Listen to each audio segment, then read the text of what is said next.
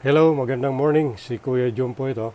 Ngayong araw po is Thursday, December 5, 2024. May iba naman po tayo.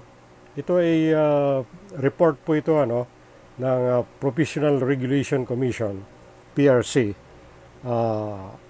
Tawag dito sa itong nakaraang board examination po nila. November 2024, Civil Engineering Licensure Examination. May report po sila dito na top 20 schools in the Philippines with 50 or more examinees. So yung kumuha po is 50 or mahigit na mga examinees at kung ilan yung pumasa nila sa kanila. Okay po.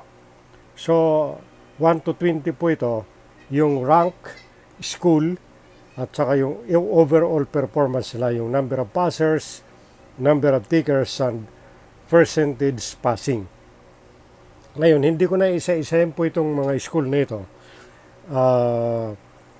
Tawag dito, sasabihin ko na lang, yung number 3 po sa listahan is may alma mater, Pamantasan ng Lungsod ng Maynila, or PLM. Ang kumuha po, ang rank po niyan is number 3. Ang school is Pamantasan ng Lungsod ng Maynila or PLM. Number of passers, ito yung overall performance nila. Number of passers is 68. Number of takers, yung pumasa po is 68. Ang kumuha po is 78. Yung percentage passing is 87.18%. Ulitin po natin, Ang rank is number 3. Ang school is Pamantasan ng Lungsod ng Manila, yung alma mater ko. Yung overall performance, number of passers is 68%.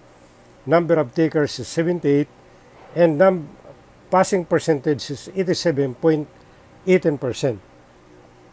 Ngayon, ang number 20 po dito, hindi po natin po pwede kalimutan kasi tatlong mga anak ko dyan ang nag-aral sa College of Engineering. So, ang number 20, yung university dyan sa probinsya na sinilangan ko, yung University of Eastern Philippines, UEP, Catarman. Ang rank po niyan is number 20. Ang school is University of Eastern Philippines, Catarman. Ang overall performance nila is number of passers is 41, number of takers is 74, ang percentage of passing nila is 55.41%. So yun po yung report ng Professional Regulation Commission or PRC patungkol po dito sa November 2024 Civil Engineering Licensure Examination with respect to top 20 schools in the Philippines with 50 or more examinees. So with that,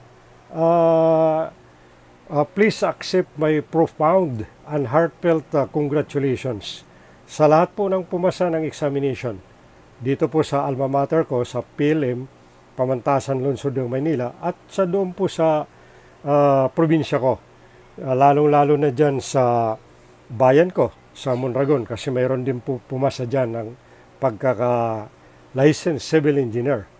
So, mabuhay po kayo lahat. And ingat po kayo. Naway pagpalain kayo ng Panginoon at maging partner in building a prosperous society in the near future. Gaya ng sabi ko, ingat po kayo lahat. May God bless you all. And maraming salamat po. Si Kuya John po ito.